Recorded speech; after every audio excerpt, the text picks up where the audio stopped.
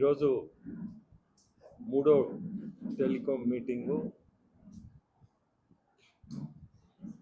Actually last మీటింగ్లో మన members ఏమేమి రేజ్ చేశారో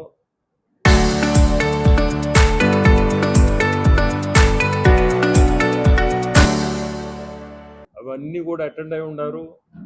ప్రతి పాయింట్ కూడా రిప్లై కూడా ఇచ్చారు జిఎం గారు.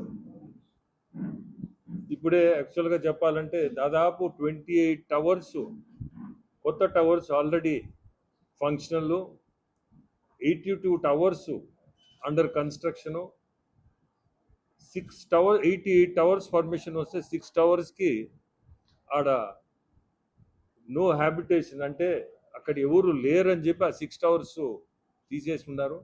మిగతా 82 టవర్స్ ప్రోగ్రెస్లో ఉన్నాయి.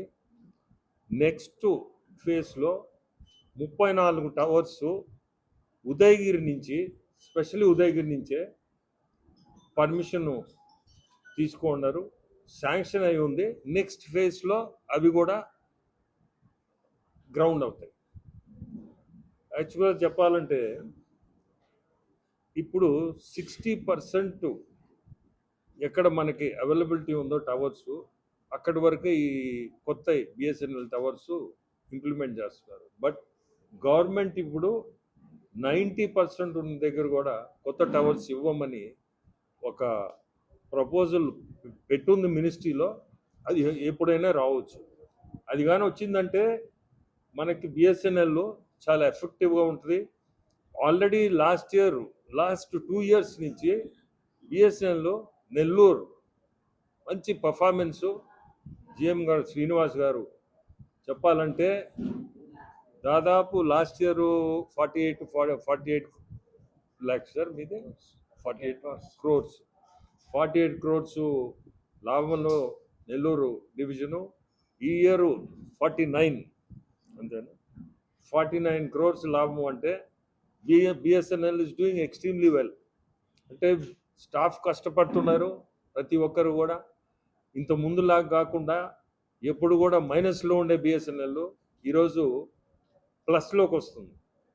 అంటే staff they are owning BSNL, ఇది నా సొంతము అనేది ఒక క్రియేట్ చేసుకుని వీళ్ళందరూ కూడా నేను గమనించింది.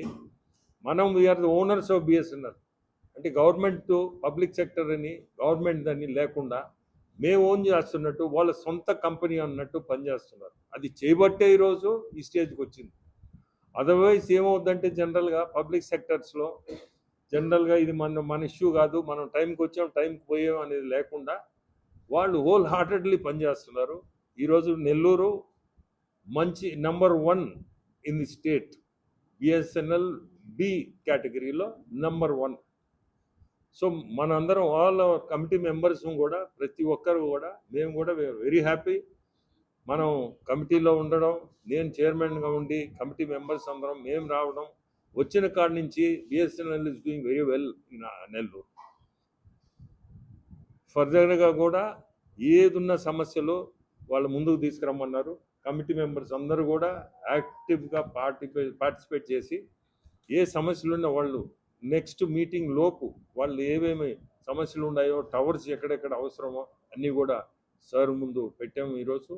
సో నెక్స్ట్ మీటింగ్ ముందు ఇవన్నీ కూడా వీళ్ళు టేకప్ చేసి తప్పకుండా BSNL very helpful for the public. Thank you.